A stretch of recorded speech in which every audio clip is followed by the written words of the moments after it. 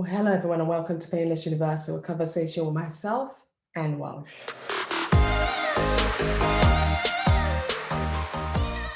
Today we'll be talking about the joys of believing in yourself and doing what you truly love.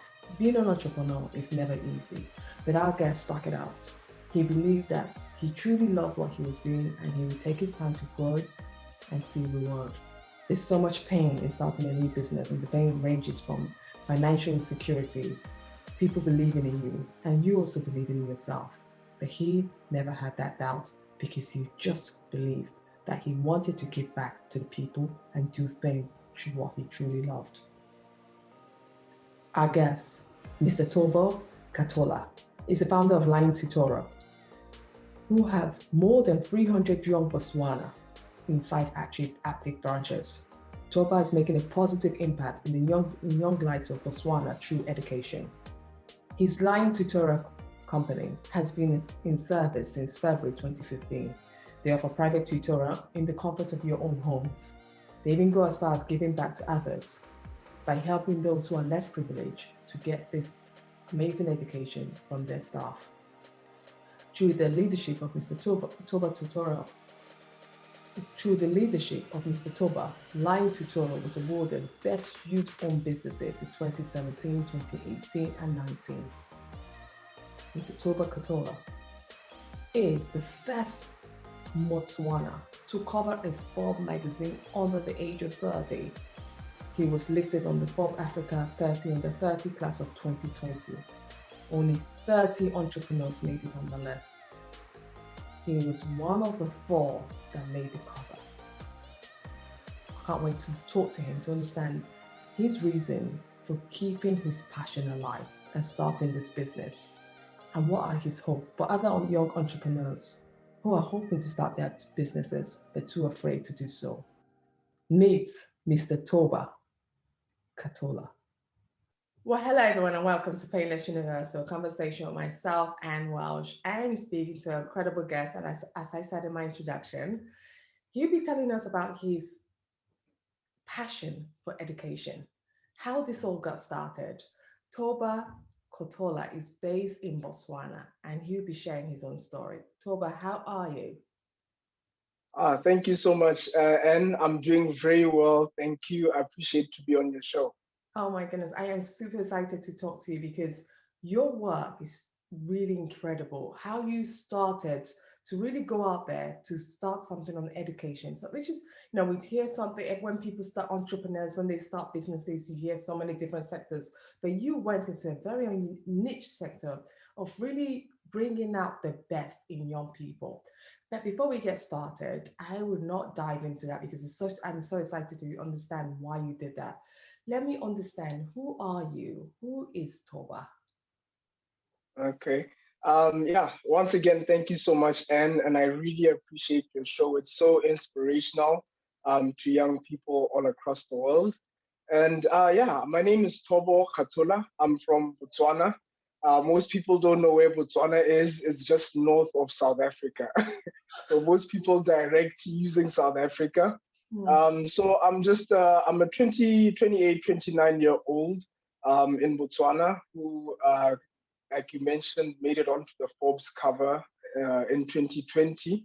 So I started an online business, which is Lion Tutoring, which helps students with their academics in the different curricula that they have in their different countries, from grade 0 all the way until university. So that's basically who I am. It's funny. I love how you started it. Most people don't know where Botswana is, and I was like, okay, I hope he doesn't pinpoint me because I'm lucky. I've traveled a lot in Africa, so I know a lot of places, different parts of Africa. But it's true, when you ask a lot of people, where's Botswana? Can you just tell us a little bit about Botswana for those who are my international guests who don't know? They will be thinking Botswana is South Africa. Just tell us a little bit about Botswana and what are the beauties and why people should visit one day. Oh yes, yeah. Botswana is it's a country, like I said, north of South Africa. Our population is only 2 million in citizens and other people living in our country. And our main commodity is obviously our diamonds and our beach sector. That's what we're quite famous of. But those are obviously resources that are, natural, non-renewable resources. So, some of us are trying to get into the edu-tech space, technological space. But yeah, that's basically what Botswana is. We're also famous for tourism. So most people come through to the Delta. We've had, the princes of UK coming through to the Delta. So that's some of the things that we're quite famous for in Botswana. Oh, that's amazing. I've heard it's really, the beaches are beautiful and the tourism is amazing. You get to see the wild animals. And as I say, if anyone wants to go see real nature at this spot, to go visit a really amazing safari, I say this is a place you should be.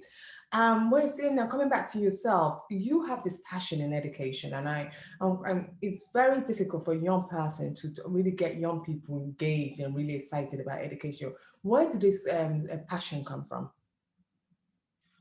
So the passion for education came when I was academically accelerated in high school. So I was doing my Cambridge. I'm sure you guys also have Cambridge in the UK.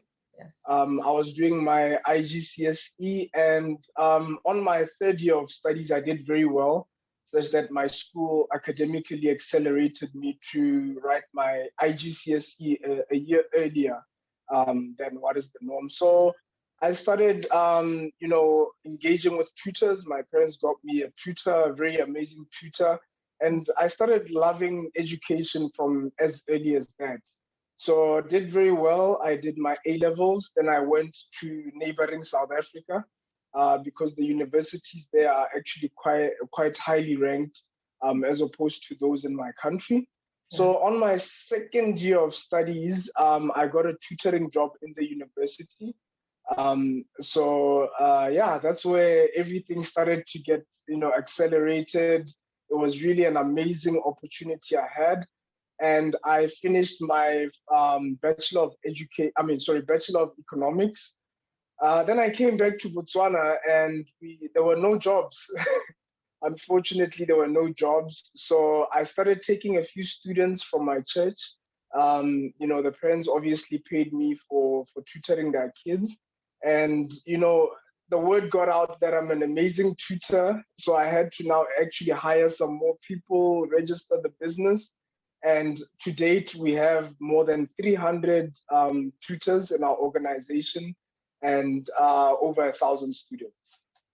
Wow. So it's almost like lack of jobs created an opportunity, because then you said, I need to do something. I'm not just going to sit at home waiting for that next opportunity to present myself. Let me see what I could do to gather myself and start teaching and utilize my own skill sets.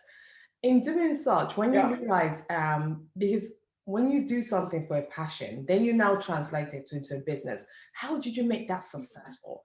Because I think this is one thing you're being recognized for. You're not just being recognized for someone who's taught so many people and brought out the best in young people, but you've also changed the method. You've made this business sustainable. How have you managed to do this? Yeah, I think, and most of the things that we do, the more you reiterate that process, the bigger it gets. So it just started from a humble beginning where I had 2 students, 3 students, 5, 10 students. Now, when it started to get to 100 students, I had to now start engaging other tutors to come. And then as I had more staff, obviously now I had to have an HR officer because, imagine dealing with 300 different personalities, So I had to engage HR officer, and then it grew into an HR department because now our quality had to be very good.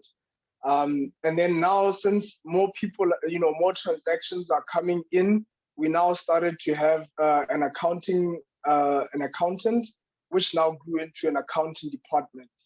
And then now we started to go for more clients. So we had a sales officer, which grew into a sales department.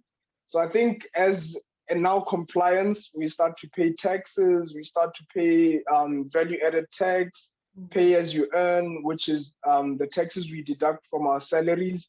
So now we start to have a compliance department. So I think the more passionate and the more you reiterate your processes, the bigger the organization grows. Well, that is truly, truly wonderful because when I'm talking to you, I mean, people tend to forget that you're still under 30, and I think this is why Forbes recognized you because you might think this person who started this wonderful idea that has just blown into this big thing is over 30. No, you're still under 30, and you've achieved this much. Under 30. Yeah, yes, exactly. Under 30, and you've achieved this much. How have you been able to stay consistent with what you're doing? Yeah, I think a big part of my focus, it comes from my faith. So I'm Christian, and that's something that it just realigns what I do in terms of how I run the business, how I interact with my family, how I raise. I have a daughter, so how I raise my daughter. So it's all recenters into my Christian faith and principles. And with also people of different faiths and religions, I went to an international school. So I had to obviously make friends with people from the Muslim community, the Baha'i faith, people who don't have a religion or who are a-religious. So I think a lot of that has to do with my Christian faith and how I interact with other people from different faiths and cultures. Yeah. So on this note, most of the kids that come there, there's still a lot of kids that can't afford that basic necessity because of their backgrounds. They're not in a privileged position. Yeah. One of the things I see your organization does is that you also give back. Could you tell us about what you do, how you give back to these other kids? Because and people don't understand this. There's one thing that your business is also thriving. There's another thing you're giving back, especially when you live when you have communities where people can't even afford basic. How have you managed to achieve that? Yeah.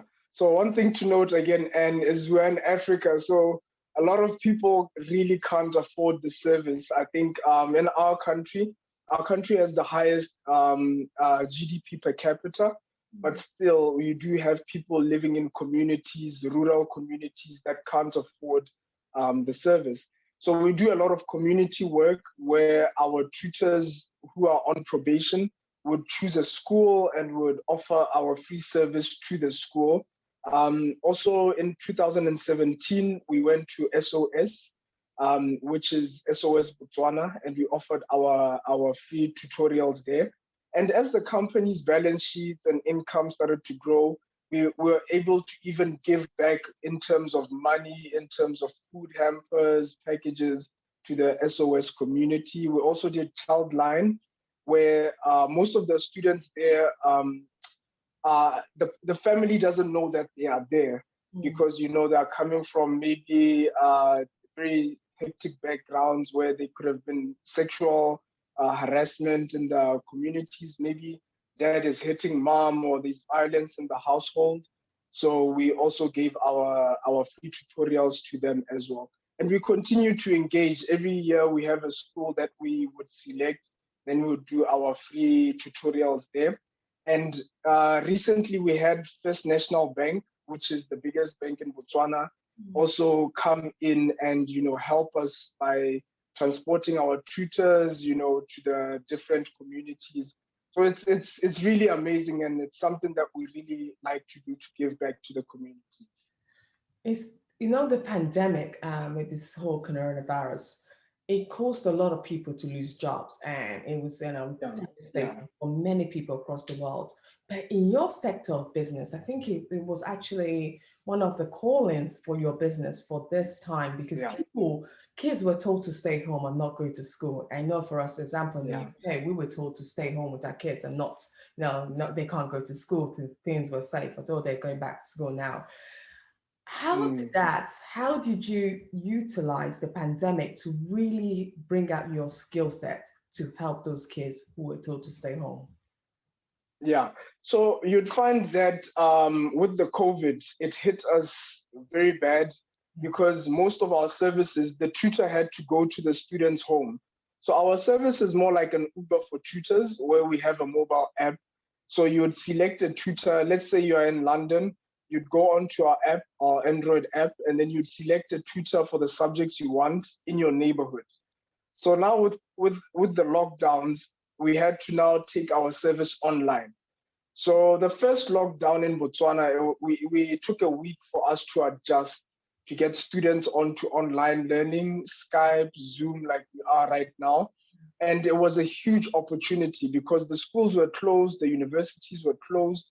So we just migrated everything online. And through that, we're even able to tutor students in other countries. Like we had some students in Canada, we had some students in South Africa, we had some students in Malawi across our region.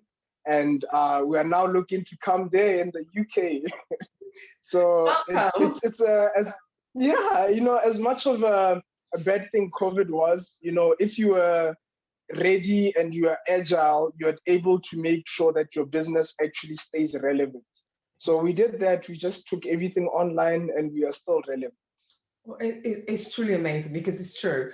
I think I was reading on your profiles and I was reading you about your business because I have kids myself. And I think what you've restored in Botswana and now expanding it to the rest of the world is going to be amazing because it is such a vital thing. I look at my kids and I was so struggling. I was like, where can I go to just get someone to, we're always looking for that continuality. We want them to not forget what they've learned because it's so difficult to get back into it when you had a long break. But I think what you've done, you've transpired and you've changed and you've made it easy. Let me put that very clearly. You've made it very easy for parents to make sure they're comfortable and how they find these resources. And I think I must applaud you for that work. And I can see why Forbes Africa really came up to you and said, you have to be recognized for your work. Could you tell me about that call when you got the call that Forbes has recognized you as the under 30? Well, now, what happened? Tell me how that happened. Yeah, it was so exciting. It actually happened in March. So just to backtrack a bit, I've always wanted ways in which I could just motivate myself. So in 2017, I started buying the Forbes magazine. I bought one here called The Entrepreneur. So these different business magazines. If you were to walk into my room before I was on the Forbes cover, I had all the different entrepreneurs, stuck onto my wall. I had Aliko Dangote, I had Oprah, I had Will Smith, every single inspirational person there I had on my wall. So when the application came out, most of the people in my country nominated me. Most of my friends nominated me because they knew it's a magazine I always buy. So when I got the call, I was in South Africa for a business trip with my wife, and we were in the hotel room. We just got so excited. We were jumping up and down the bed. It was really exciting. So after the call, I got another call immediately after that. They said they want me to actually be on the cover, as you can see behind me. And we were super excited. They were asking for my sizes, shoe sizes, and everything. And it was just an amazing experience, honestly. Oh, and how has that helped you? Now you've got that your dream. There's something, everyone has that dream because you've been buying this Forbes magazine. Now you're finally on that magazine. How has that helped you in the way you see your next step in life? So it's really helped me in the sense that I motivate other young people in my country. There was only 4 of us that made it onto the Forbes magazine, the Forbes 30 under 30. And the 4 of us on the cover are actually from different countries. So young people in my community have been really looking up to me. And I've used that as a tool to motivate them to say, although you've graduated with a master's in economics or a PhD and you can't get a job, you might as well start your own business. And, with many companies laying people off due to COVID, people are left jobless. And this is the opportunity for me to motivate them to say, whatever skill, whatever talent that you have, start your own business, hire other young people, hire other people. And, it's such an inspiring platform. And also we've able to do business in other countries. Like now we're doing business in Canada, we're doing business in South Africa. We're also recently going to Accra, Ghana, and Nairobi, Kenya. We're going to Lagos, Nigeria. And there are so many other people who are on the Forbes 30 under 30 from different years that are willing to work with us. So it's really opened a whole new world for us this side. Top of that, really congratulations. And this is amazing. And I really hope that you can utilize this to really help others. On the final question, when we started the conversation, one of the things you told me is that you came to the back to Botswana, you're hoping to get a job, but you didn't see that opportunity. So you decided to start using your own skill set to help others. In Botswana, there's a high unemployment rate in Botswana right now. And there's so many young people, young leaders, entrepreneurs who don't know how to get started. In your final message, what would you say to those young people out there who are struggling, especially in hindsight of the pandemic, which has even made it worse? What would you say to them to be able to get them motivated, to get started, and to believe that they could be where you are one day? Yeah. So I think the main thing in closing would be that, every single one of us born into this world has a talent, and we need to really discover what our talent is and how we can use it to serve others. So never get into business with the aim of making money, because you won't go anywhere far. But if you get into business with the aim of serving other people with your talents, the money will definitely follow what you're doing. So that is our philosophy here at Lion Tutoring. Every single one of our 300 employees, I always ingrain it into their mind that we're here to solve problems. So as a tutor, you are there to solve the problem of your students. As an accountant, you are there to solve the problem of your clients. As an HR officer, you are there to solve the problems of your staff. So whatever that you're doing in your different businesses, we need to solve problems. We need to ask the client, what is it that you need?